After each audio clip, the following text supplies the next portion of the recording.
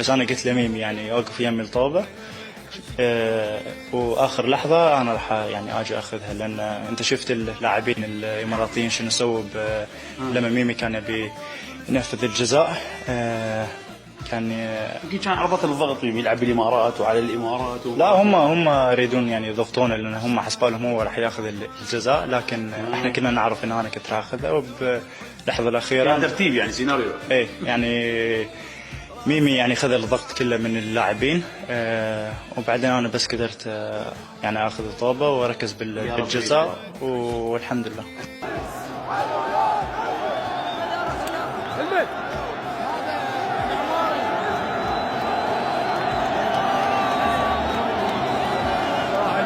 يا علي يا علي يا علي